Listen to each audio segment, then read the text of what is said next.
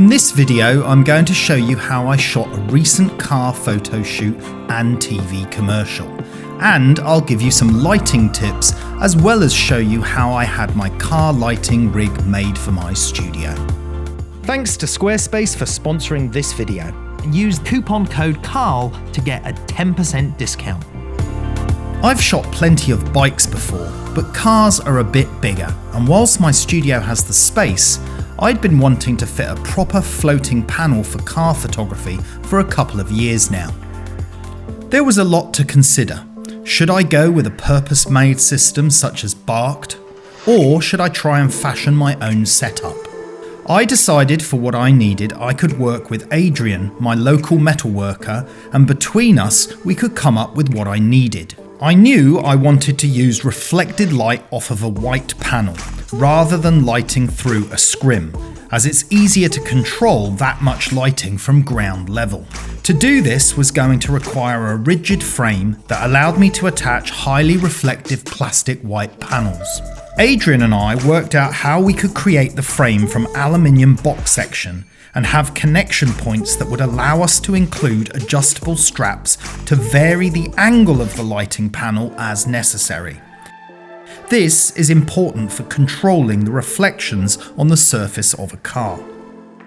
The whole rig had to be light enough to be lifted by an electric winch, which was fitted to our I-beam in the studio ceiling. We designed the electric winch so it was secured on a pulley system to provide some horizontal movement as well as the height adjustment from the winch. To meet safety regulations, all of the components exceeded the weight loading of the frame, and we also secured 3 additional safety and tensioning lines, all which also exceeded the safety requirements of the weight of the frame. To ensure a super white finish, we sourced a high quality plastic that was then sanded and painted with an ultra bright white matte paint. The plastic sheeting was then secured to the aluminium frame using industrial strength Velcro on all the aluminium cross sections and frame. This new setup brings a great deal of extra versatility to my studio and will allow me to undertake more motor vehicle shoots such as the previous bike shoots, but now include cars too. Although many new car images are created with CGI, there is still a demand for good car photography, and my plan is to shoot classic cars too. I can also utilise this adjustable floating panel for many other shoots too, without the need for lots of stands and supports. My first project was for an electric car company who wanted to promote their range of cars in stills and video, along with some funky short animations. For stills, I used a combination of studio flash lighting and some HMI daylight balance continuous light. Here, I'll talk you through some of that, and then we'll look at the differences for video. Right, we're just part way through this new EVgo car range electric vehicles. They're kind of funky, odd looking things, but typical car photography, a lot of difficulty in lighting, getting all the bits that you need. So I've got glows on the bonnet here, glow in the front area, spotlighting one of the headlights, and the side panels of the car were particularly tricky because I was getting too much glare. So I've actually polarized part of the light with a polarizing filter.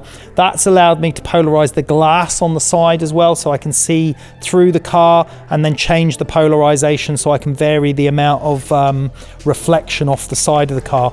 If we look at the setup, you can see obviously how complex it gets with car photography. So we've got the big floating ceiling panel above. That's being used actually for a light here at the moment, which is primarily this one, which is lighting the bonnet of the car coming over. This one's lighting the interior of the car. This one's going into a big mobile wall lighting the front of the car. This little one here, this little Fresnel, is actually just spotlighting that headlight to bring a bit of life to the car. Then these big 3 boards on this side have 2 lights into them. Those 2 lights are creating my gradients down the side of the car here. And then at the back, I've actually got 3 of the Broncolor HMI lights. So those are continuous lights, and those are illuminating the whole back cove. The reason I'm mixing them up with Studio Flash doesn't really matter, because I'm giving a slightly long exposure, about half a second with Flash, half a second on the pure daylight balanced HMI lights, gives me that lovely white background. And I need to use the HMIs later because we're going to be doing some video clips as well. I actually left the modeling lights on during the long exposure because I wanted a bit more warmth in the side of the car down here, so that was the little trick on doing that. So car photography is notoriously complex, difficult, a lot more to think about. It's taken a long time to set everything up on this car and get all the lighting right, but literally nailed it in a one-shot take without having to comp loads of bits together. One thing I needed to do for the video and stills was ensure that the cars were in the same position so we could do this. It's the perfect choice for my business commute. And with less than £60 per year running costs, it makes it ideal for the school run or a quick pop to the shops. And even though they're super compact, the van version is ideal for my business. It's even got a reversing camera. Now you can see here, I've just put down some markers on the floor, which we've just put in now, because we're going to roll this car out the way, and it is now going to be replaced by the little brown bronze coloured one, which is the 4-seater. This is the 2-seater we've got here, and we're going to get it in exactly the same position, and then the lighting should pretty much be correct for the next shot. So all going well so far.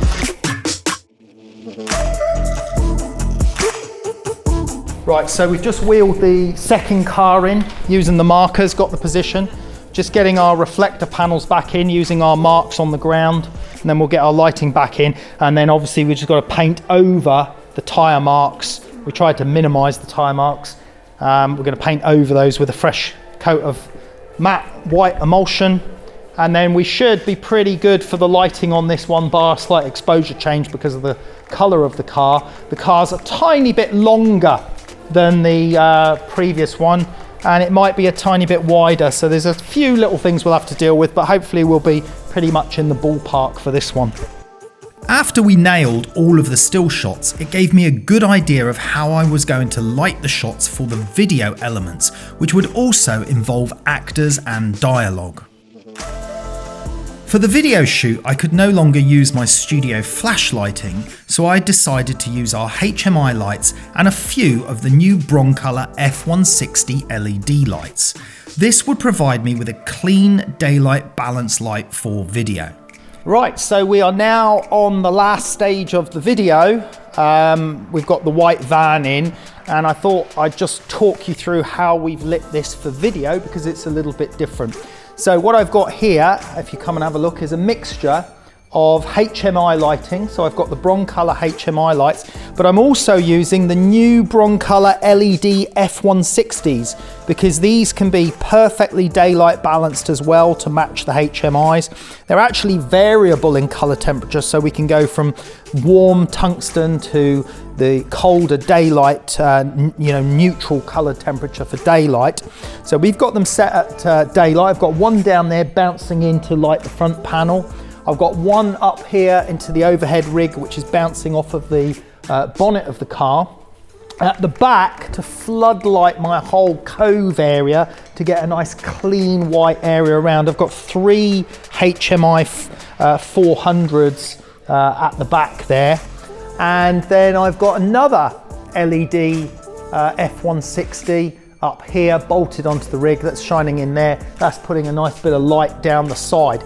So that combination of lighting is giving me a nice, clean, pure daylight balance. That's the great thing about the new LEDs. They've got a really pure color index. So I think the CRI is running at like 98 or 99. So really good quality. We've done most of the filming with the actors. We just got one last bit to film with Dave, with the van, and then that'll all be cut together with the cars changing and the colors changing. So I'm looking forwards to the edit part as well. Believe it or not, I also filmed the video elements on a Sony a7S II with a 70-200 Sony G lens. The video lighting worked well, and I was very pleased with the results. For the cars changing colour in the video, Ben, my video editor, worked on the colour changes and some clever keying around the actors as necessary. From the stills and the video, we were able to deliver the client a multitude of assets for social media, print and television. This first shoot with the new rig has made it worthwhile, and the work and the investment is there for the future. This video is brought to you by Squarespace. From websites and online stores to marketing tools and analytics, Squarespace is the all-in-one platform to build a beautiful online presence and run your business.